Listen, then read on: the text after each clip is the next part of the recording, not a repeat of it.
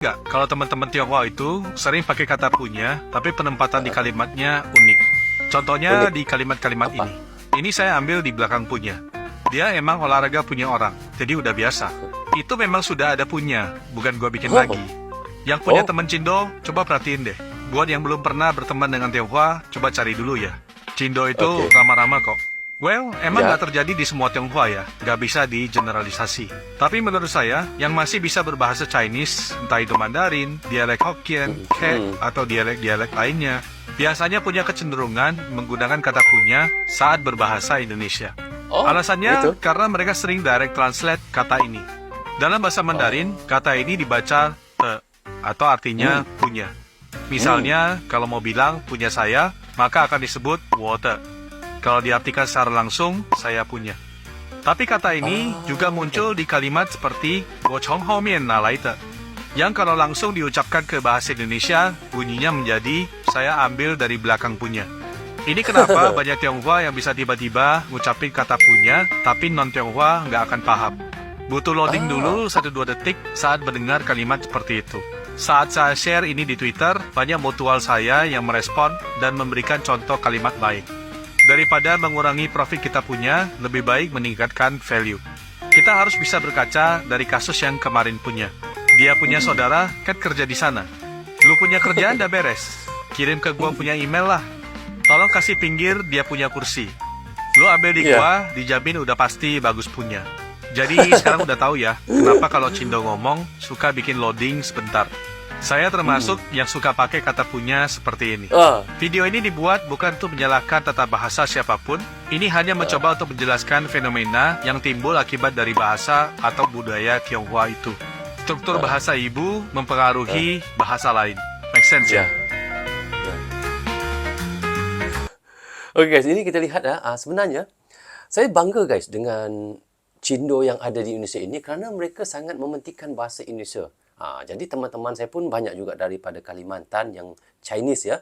Mereka fasih berbahasa Indonesia. Jadi apabila mereka bertemu dengan saudara mereka, teman-teman mereka yang sama suku Tionghoa, tetapi mereka tetap berbahasa Indonesia. Mereka tidak menggunakan bahasa Cina mereka yang asal daripada nenek moyang mereka guys. Tidak. Tetapi mereka lebih mementingkan bahasa Indonesia itu sebagai bahasa utama mereka di dalam keluarga mereka guys. Daripada ibu bapanya, daripada adik-beradiknya, saudaranya, teman-temannya. Mereka berjumpa. Walaupun mereka datang ke Malaysia, saya pernah dengar orang Cina ataupun suku Tionghoa yang datang ke Malaysia ini, yang asal Indonesia lah datang ke Malaysia ini, mereka apabila bercakap tu, ngobrol itu bahasa Indonesia. Jadi saya tahu, ini bukan Cina daripada Malaysia, ini Cina Indonesia. Jadi saya terus tahu, karena kita tahu kalau Cina di Malaysia ini, mereka tidak akan menggunakan bahasa Malaysia. Kalau bersama dengan keluarga mereka lah, ataupun teman-teman mereka lah, yang sesuku dengan mereka lah, maksudnya suku Tionghoa sama dengan mereka, mereka akan berbahasa Cina. Saya tidak tahu Mandarin kah, ataupun Cantonese kah, saya tidak tahu. Tapi memang berbahasa Cina. Mereka akan bertemu dengan keluarga, sanak saudara mereka, teman-teman mereka yang sama suku Tionghoa dengan mereka. Itu beda dengan Indonesia. Walaupun mereka suku Tionghoa, tapi selagi mereka itu bangsa ataupun anak Indonesia, mereka tetap berbahasa Indonesia. Indonesia adalah bahasa utama mereka. Luar biasa guys. Okay, next. Di Indonesia banyak je Chinese cakap Indo. Bahkan bisa dibilang semua Cindo TikToker. Gue juga bisa bahasa Indonesia. Bukperi. Mie sedap. Ini sudah. Brengsek.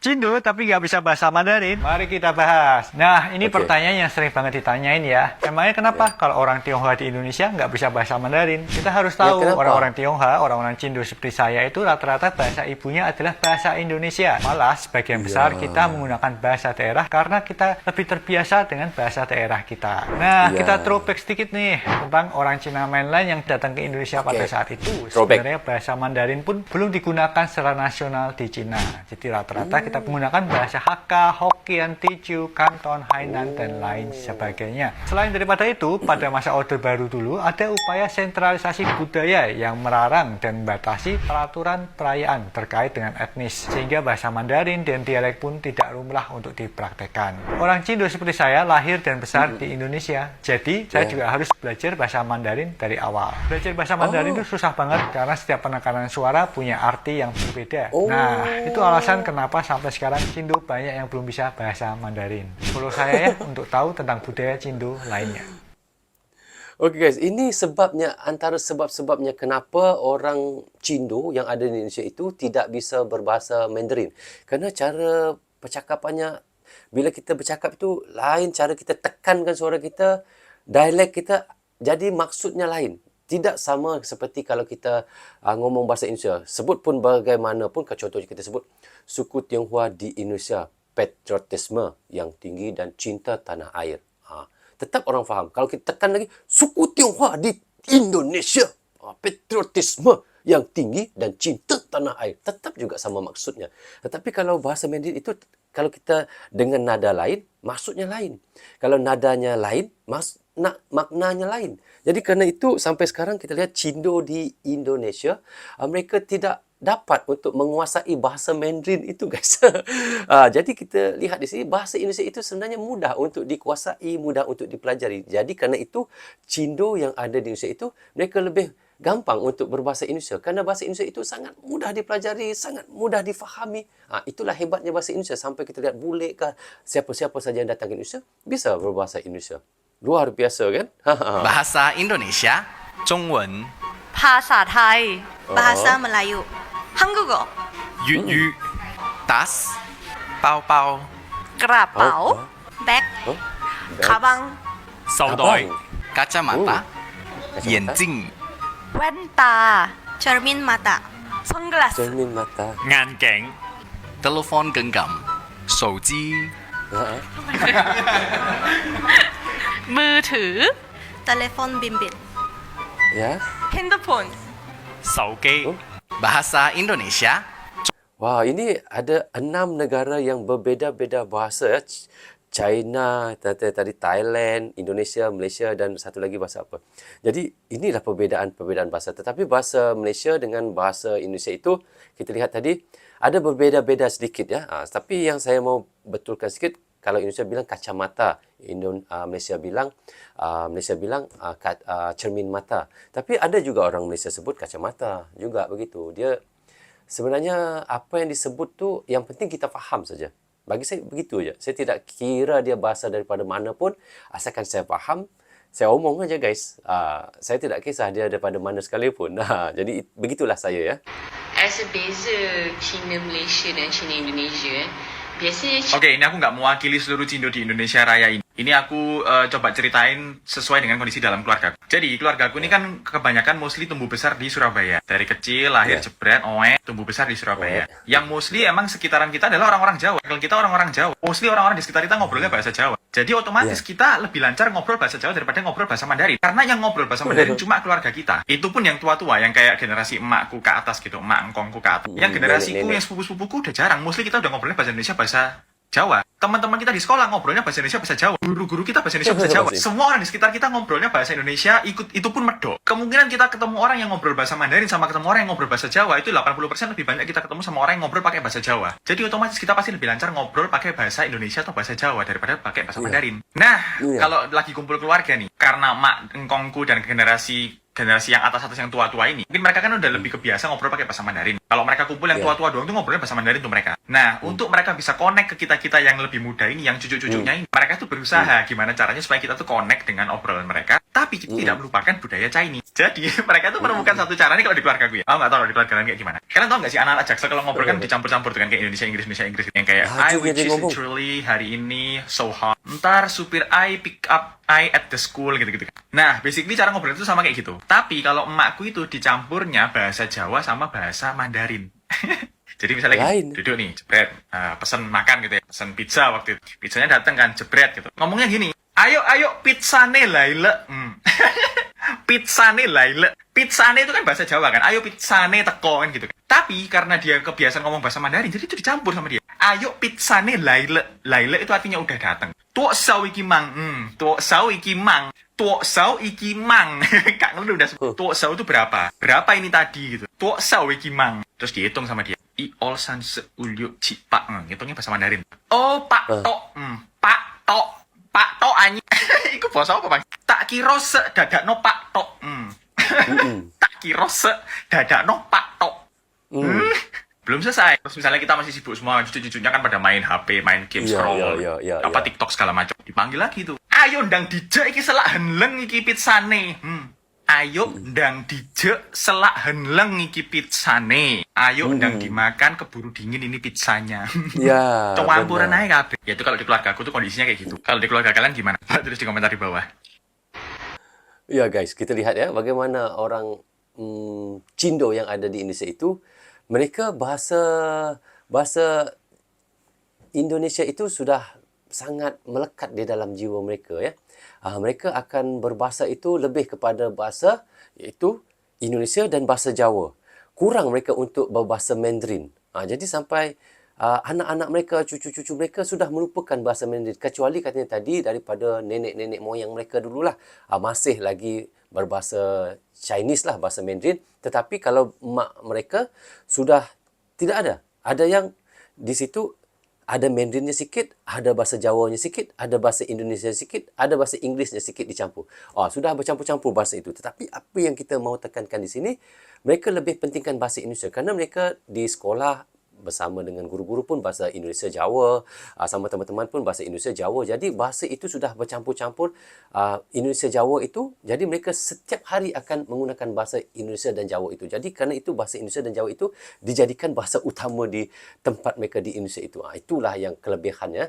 Jadi mereka sudah lupa. Ada yang di antara anak-anak mereka, cucu-cucu mereka lupa bahasa Indonesia, bahasa Chinese itu, bahasa Mandarin itu. Itulah bedanya kita lihat Indonesia yang ada di Indonesia ya. Oh, jadi ini alasan kenapa Chinese Malaysian bisa bahasa Mandarin dan Chinese Indonesia nggak bisa. Oke, untuk teman-teman semua pasti pada tahu ya kalau Cindo atau Chinese Indonesian itu biasanya tidak menggunakan bahasa Mandarin dalam kehidupannya sehari-hari. Di keluarganya pun nggak. Biasanya pakainya dialek Chinese aja. Contoh Hakka, Hokkien, Teochew, dan lain-lain. Tapi untuk bahasa Mandarin sendiri rata-rata nggak bisa ya. Kecuali mungkin pernah kursus les bahasa Mandarin atau pernah studi di China atau Taiwan dan sebagainya. Nah, kalau di Malaysia sendiri itu ternyata mereka ada yang namanya vernacular school, guys. Jadi sekolahnya itu full pakai bahasa Mandarin belajarnya. Nah, ini yang membedakan Chinese Malaysian dan Chinese Indonesian dan alasan terbesar kenapa mereka masih bisa menggunakan bahasa Mandarin di kehidupan sehari-harinya. Untuk yang penasaran dan masih bingung vernacular school itu apa dan mereka itu gimana sistemnya, bisa langsung ke YouTube channel aku, Sally Go. Okey guys, benar memang di Malaysia ini ada sekolah vernacular ya. Maknanya sekolah vernacular ini kalau orang Tamil dia ada sekolah suku Tamilnya juga. Jadi dia akan berbahasa Tamil di sekolahnya. Kalau sekolah Chinese di Malaysia ini dia suku Chinese. Dia akan belajar bahasa Mandarin saja di sekolahnya itu. Jadi kalau yang mahu sekolah kebangsaan seperti orang Melayu, dia ada sekolah kebangsaan memang yang itu daripada pemerintah lah. Tapi walau bagaimanapun mereka ketika SD yang suku Chinese, suku Tamil itu mereka sekolah di vernacular, sekolah bangsa mereka sendiri. Tetapi apabila mereka masuk sekolah ke SMP sama SMA, mereka harus masuk ke sekolah kebangsaan yang ada disediakan oleh pemerintah. Maksudnya harus tetap belajar bahasa Melayu, bahasa Malaysia juga. Itu yang diharuskan. Memang SD mereka sekolah di suku mereka sendiri. Contohnya kalau Chinese sekolah di suku Chinese, kalau Tamil sekolah di suku Tamil. Tetapi kalau apabila mereka masuk sekolah SMP sama SMA, mereka tetap diharuskan untuk belajar di sekolah yang disediakan oleh pemerintah Malaysia, iaitu sekolah berbahasa Malaysia sendiri. Jadi kalau tidak tidak lulus di sekolah yang pemerintah di sekolah SMA sama SMP itu tadi, mereka tidak layak untuk mendapatkan sijil seperti SPM, PMR, mereka tidak layak. Mereka harus juga untuk sekolah di sekolah yang disediakan pemerintah. Ketika SD saja mereka boleh untuk memilih sekolah vernacular itu. Tetapi bila SMA sama SMA, harus juga mereka belajar di sekolah yang disediakan oleh pemerintah yang mengutamakan bahasa Malaysia. Jadi kalau kita lihat, sebab itu juga ramai orang-orang Malaysia yang ramai orang Chinese, orang-orang India, mereka fasih berbahasa Malaysia selepas itu. Kerana mereka diharuskan untuk belajar bahasa Malaysia ketika di SMP dan SMA. Itu yang saya tahu tentang pembelajaran di Malaysia ini.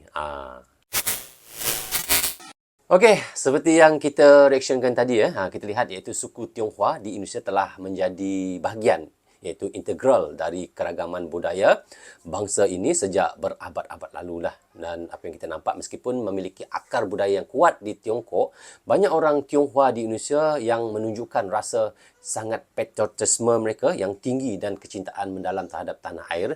Mereka tidak hanya beradaptasi dengan iaitu kehidupan di Indonesia guys, tetapi juga berkontribusi secara signifikan dalam berbagai bidang, mulai daripada ekonomi, kita lihat seni dan sehinggakan pendidikan seiring waktulah, dan itulah identitas Indonesia semakin menguat dalam diri mereka. Bahkan banyak yang lebih fasih berbahasa Indonesia daripada bahasa nenek moyang mereka dulu, iaitu bahasa Mandarin ya. Jadi salah satu bukti nyata dari kecintaan suku Tionghoa guys terhadap Indonesia adalah bagaimana mereka semakin jarang menggunakan bahasa Tionghoa dalam kehidupan sehari-hari mereka. Bagaimana? Sebab apa guys? Jadi banyak iaitu generasi muda Tionghoa yang telah cenderung menggunakan bahasa Indonesia baik di rumah, kita nampak ya, di sekolah, bersama teman-teman mereka maupun di tempat kerja. Bahasa Indonesia bukan hanya bahasa penghubung antar suku ya, tetapi telah menjadi bahasa utama dalam komunikasi sehari-hari bagi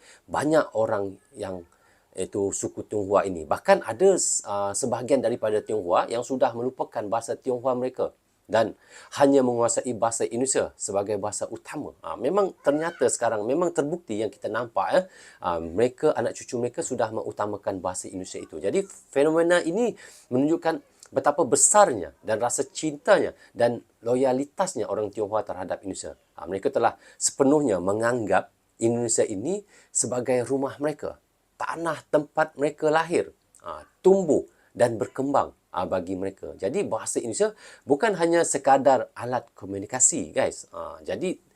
Tetapi juga simbol dari kebanggaan nasional mereka. Kecintaan ini terlihat jelas dalam cara mereka merayakan hari-hari besar Indonesia seperti yang kita selalu lihat ya setiap tahun, iaitu Hari Kemerdekaan dengan penuh semangat mereka sambut. Banyak dari mereka yang turut serta dalam kegiatan nasional memperingati hari-hari besar dan mendukung berbagai inisiatif yang memperkuat iaitu identitas Indonesia sendiri. Jadi itulah yang kita nampak betapa patriotismenya rakyat iaitu Cindo yang ada di Indonesia itu. Jadi di sisi lain, meskipun bahasa Tionghoa semakin jarang digunakan, itu tidak sebenarnya guys berarti orang Tionghoa di Indonesia melupakan akar budaya mereka ataupun leluhur mereka.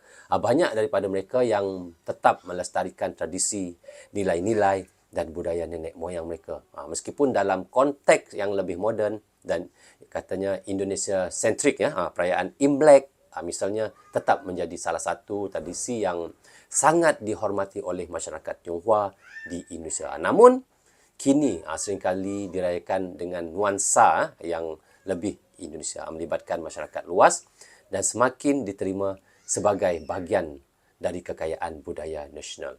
Itulah hebatnya orang Cindo yang ada di Indonesia. Mereka sangat cintakan negara mereka, sangat nasionalisme mereka. Itu yang harus dicontohi. Jadi kesetiaan dan patriotisme suku Tionghoa terhadap Indonesia, kita lihat Indonesia semakin terlihat dalam berbagai aspek kehidupan. Mereka tidak hanya menjadi warga negara yang baik, tetapi juga kita nampak ya turut membangun Indonesia bersama suku-suku lainnya. Semangat kebersamaan dan rasa cinta terhadap tanah air inilah yang menunjukkan bahawa identitas Indonesia yang terbentuk dari berbagai suku ya, agama dan budaya semakin kuat dan tak terpisahkan. Jadi orang Tionghoa di Indonesia guys telah membuktikan bahawa kita nampak ya mereka bukan hanya bahagian daripada sejarah tetapi juga bahagian penting dari masa depan Indonesia yang lebih baik untuk akan datang ya, untuk memajukan Indonesia. Kita nampak orang-orang Cindo yang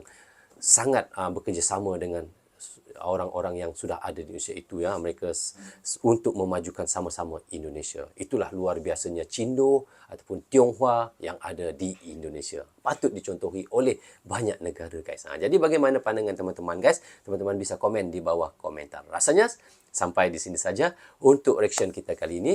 Apapun saya ucapkan terima kasih kepada anda yang sentiasa mendukung Brozo Channel daripada dulu hingga sekarang. Dan bagi teman-teman yang baru saja hadir, jangan lupa klik butang subscribe dan klik tombol loceng tanda dukungan teman-teman kepada Brozo Channel. Yang baik semuanya datang daripada Allah SWT. Yang salah dan silap datangnya daripada saya sendiri. Assalamualaikum. Goodbye. Bye-bye.